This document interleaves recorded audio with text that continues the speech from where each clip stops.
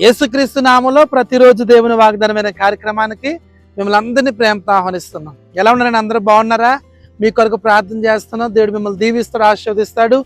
ఈ జూన్ నెలంతా కూడా ఆశీర్వాదకరంగా, దీవెనకరంగా ఉండబోతున్నాయి. రేపు ఆదివారం అద్భుతమైన ఆరాధన, ప్రభు సంస్కారాలు జరగబోతున్నాయి. వేల మంది ప్రజలు రాబోతున్నారు. మీరు రండి, దీవించబడతారు. ఈ రోజు కూడా దేవుడు మంచి వాగ్దానం ప్రవేశిస్తున్నారు. రండి, వాగ్దానం చదువుకుందాం. కీర్తన గ్రంథము 20 నీ కోరికను సిద్ధింపచేసి నీ ఆలోచన యావత్తును సఫలపరచును గాక.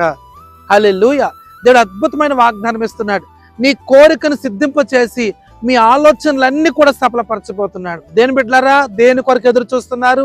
ఏ ప్రయత్నంలో ఉన్నారో, గర్భఫల విషయంలో, వివాహ విషయంలో, నీ స్థలం విషయంలో, మీ పిల్లల భవిష్యత్తు, చదువు విషయంలో దేని కొరకు ఆలోచిస్తున్నారో ప్రభు అంటున్నాడు, నీ ఆలోచన అంతా కూడా, నీ కోరికనంతా కూడా సిద్ధింపచేసి సఫలపరచబోతున్నాడు.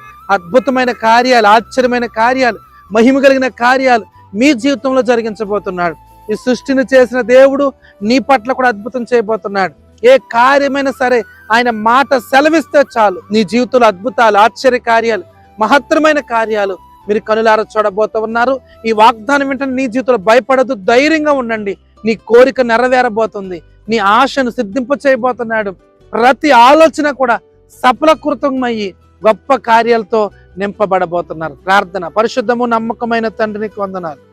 ఎంతమంది వాగ్దానం విన్నారో వారి కోరిక నెరవేర్చండి. వారి ఆలోచన సఫలపరచబడును గాక. స్వస్థత కార్యం, అద్భుత కార్యం, రక్షణ కార్యం జరుగును గాక. ఈ జూన్ నెలంతా మీరు తోడుగుని నడిపించి బలపరిచి గొప్ప కార్యాలు చేయమని యేసు నామమున అడుగుచున్నాము తండ్రి. ఆమేన్, ఆమేన్.